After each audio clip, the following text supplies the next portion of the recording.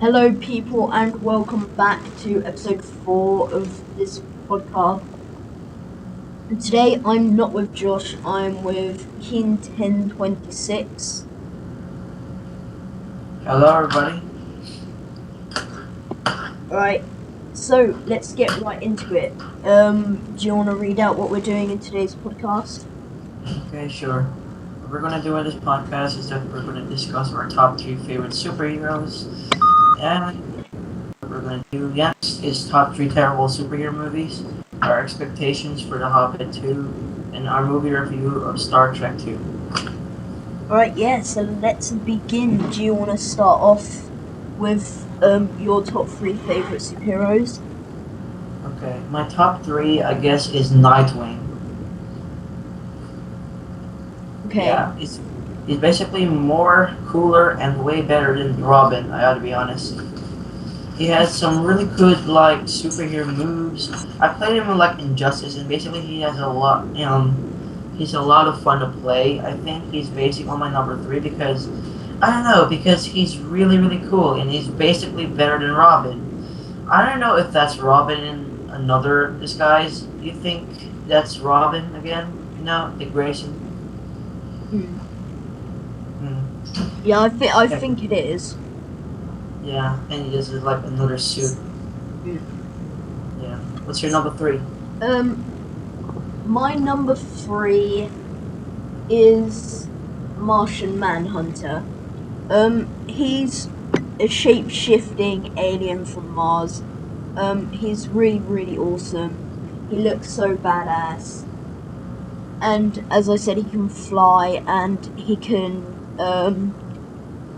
shape-shift, and it's just really awesome. Hey, great pick. My number 2 is Superman. Okay, a lot of people will hate me for this because maybe my number 2 is Superman. Many people are starting like to hate Superman because he's like, oh, why did a superhero from another planet became like a crime-fighting superhero? It's like, I don't care about your opinions. I still love Superman. When I was a kid, I used to watch like the Justice League superhero the series. And basically he's like my favorite character in the series in my opinion. And I really like the Man of Steel 1. I can't wait for the second one. I still can't believe that they're like brawling with Batman, you know? The whole Superman versus Batman thing. Yeah. Ben Affleck being Batman. Well, you know, I think it will be really fun to see Ben Affleck in a Batman movie. Especially for a Batman Superman. I think he will do alright. Many people are saying, he's not going to be good out like Christian Bale did in the other movies. But I think he will did good in the role. I hope so. Basically, I think he will be like really good. I'm the only guy who thinks that he's going to be good in that movie. Yeah, I think I prefer Ben Affleck to Christian Bale. The Christian Bale Batman was pretty over the top. I just didn't really like him as Batman. Michael Keaton's still my favorite Batman, though. Oh, Michael Keaton. Oh yeah, I saw his first he's really good. Batman films. And the one with the Joker guy. What's his name again? Jack Nicholson. I think the best Joker is Heath Ledger. I don't know really, but my number 2 is Captain America. He isn't. Some people say they wouldn't class him as a superhero, but I think he's really awesome because he's incredibly strong. His suit looks awesome, and he's just badass. But yeah. I can't wait for the second one. Yeah, neither can I. Okay, my number 1 is actually Batman. I actually have some of the Batman Arkham games. I have the Game of the Year edition of Arkham City. I couldn't find an Asian edition of Asylum. I don't know why. Maybe they're out of stock and something. But I think he's a really relative and memorable superhero in the DC universe. And basically, I think he's more better than Superman. Even though he doesn't have super strength and he only uses gadgets and stuff like the Bat Claw and all that. Have you played Arkham Origins yet? No. You might want to like avoid the glitches and all the bugs in that game. or maybe there was like technical difficulties with the system of the game, or maybe they just didn't put out that really much effort into making the game, especially when you're like stuck into a wall in a boss fight. But I think he's really awesome because his suit looks cool, and I think the Batcave looks spectacular awesome. So yeah, Batman for the win. Yeah, my number one. I don't know if you would count him as a superhero, but it's Judge Dredd. He is so awesome. His suit is awesome. He doesn't actually have any superpowers, but he's one of the only superheroes who would actually shoot to kill. He's a really, really awesome superhero character. I have a figure of him which is actually quite rare, and I also have both of the films, and I have loads of the 200 AD, I think it's 200 AD or 2000 AD comics which he's in, which is really awesome. I'm just a huge fan of Judge Dredd. Hey, that's a nice pick, but I don't really know much about the character. Alright. Okay. Next topic we're going to do in this podcast is just we're going to discuss our top 3 terrible superhero movies. Okay, Connor, you could start us off with number 3. My number 3 is Batman and Robin. If you haven't already seen one of the other podcasts, I think it's episode 3, but it's a pretty bad movie. It's got terrible jokes, terrible one-liners, horrible punchlines, horrible acting. Yeah. The basically wanted. Yeah, the bat suit is just terrible, and the movie itself didn't live up to its expectations. Hell no, did it live up to its expectations? It's just really, really bad. Okay. That's a great pick because also my number 3 is Batman and Robin. Anyways, Batman and Robin, such a disgrace to the Batman movie franchise. It basically just feels like a comedy film more than it's like a Batman film. Yeah. So many jokes in this film. I was like, please. It's like a spoof Batman movie. That's the sort of things a spoof movie makers would do.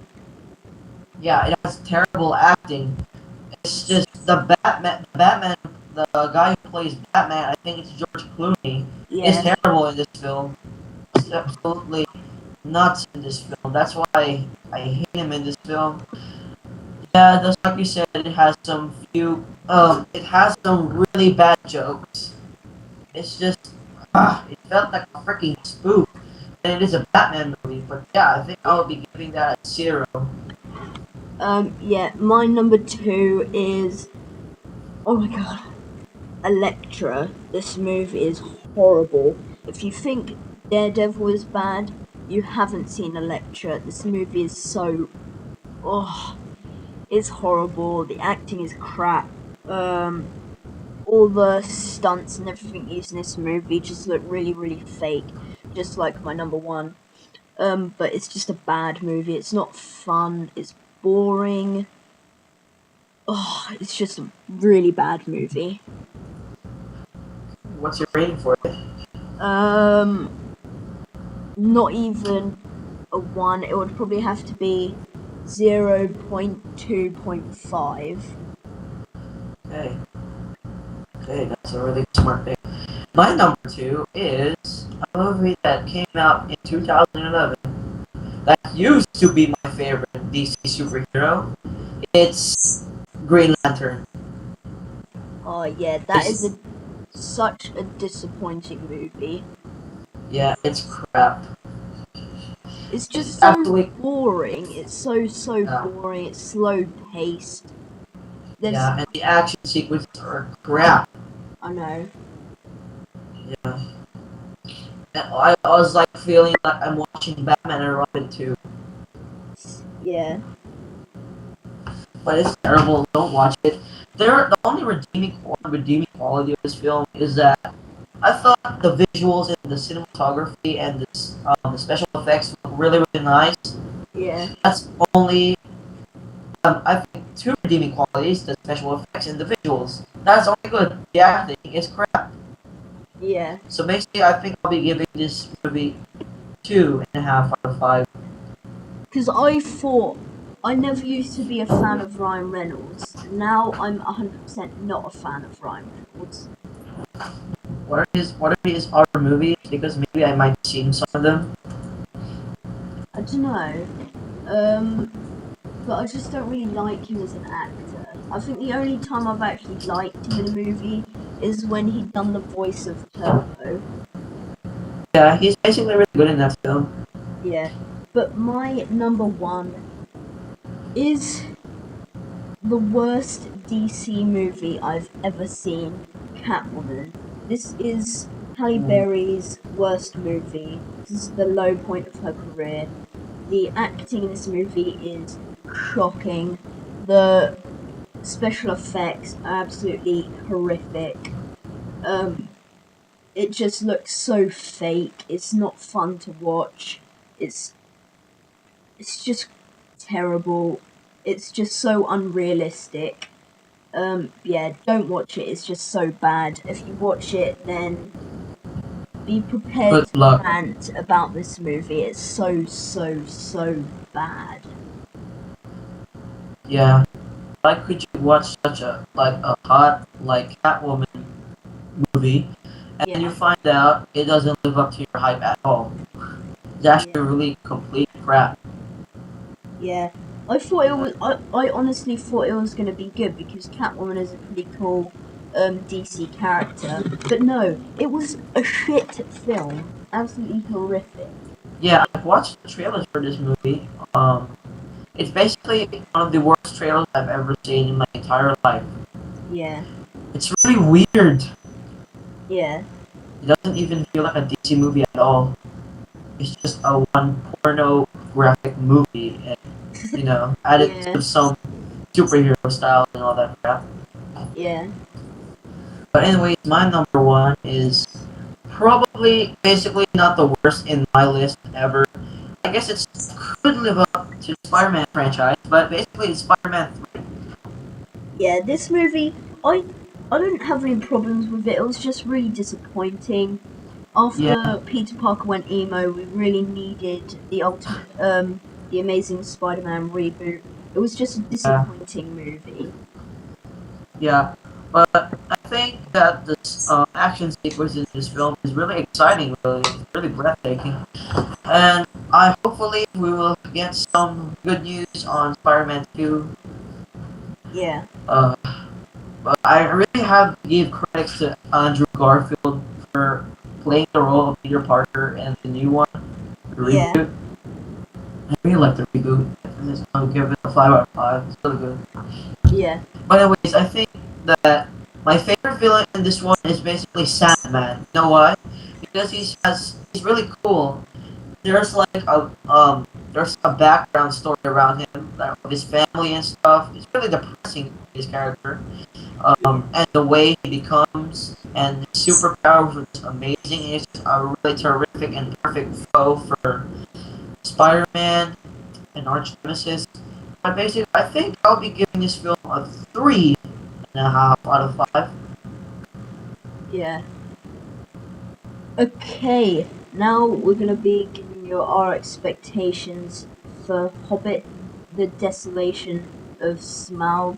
I just want to start this off.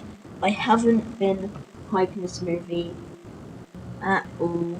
I haven't even seen the trailer. I don't know why I haven't been looking forward to it, but I really enjoyed the first one, but I don't know if it's gonna live up to the first one's goodness, if you would say that. Um, but yeah, I just don't know how it's gonna turn out. I hope it's good, but if it's not, then I won't be surprised.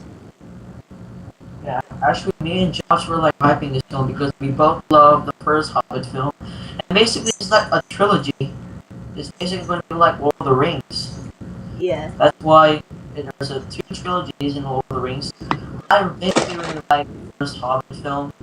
It's really fun, entertaining, and such a vibrant movie. It's really fantastic. I watched the trailers for this film, and I was like, well, this could be better than the first one, but it couldn't really like beat the greatness of the first one. It's basically really good. I think the cinematography for the first one was really fantastic.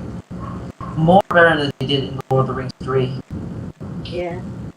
Yeah. But now we are going to be reviewing, this is one of my favourite movies of this year so far, and that is Star Trek Into Darkness. Oh yeah. Alright, you can start this off. Okay. J.J. Abrams, I would really like to thank you for directing the Star Trek films. I'm not like a big fan of Star Trek yet because I haven't seen the TV series. I don't even watch the first one. I think I'm sticking around to watching the 2009 version of it. J.J. Abrams directed one of my favorite science fiction films of 2011. That is Super 8. Yeah, that was a good film. Yeah, it's memorable and it's really fantastic.